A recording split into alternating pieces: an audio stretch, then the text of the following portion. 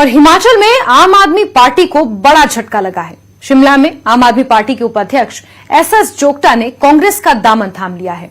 वो प्रदेश कांग्रेस अध्यक्ष प्रतिभा सिंह से भी उन्होंने मुलाकात की और उनकी मौजूदगी में कांग्रेस में समर्थकों के साथ शामिल हो गए।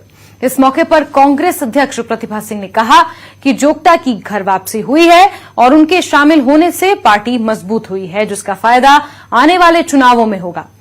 पार्टी में शामिल होने के बाद जोगटा ने आप पर जमकर हमला बोला। जोगटा ने कहा कि आम आदमी पार्टी के पास कोई विजन नहीं है और पार्टी के भीतर कुछ भी सही नहीं चल रहा है। हालांकि इस दौरान जोगटा की जुबान भी फिसल गई। उन्होंने गलती से कहा कि चुनावों में बीजेपी को 60 सीटें मिलेंगी।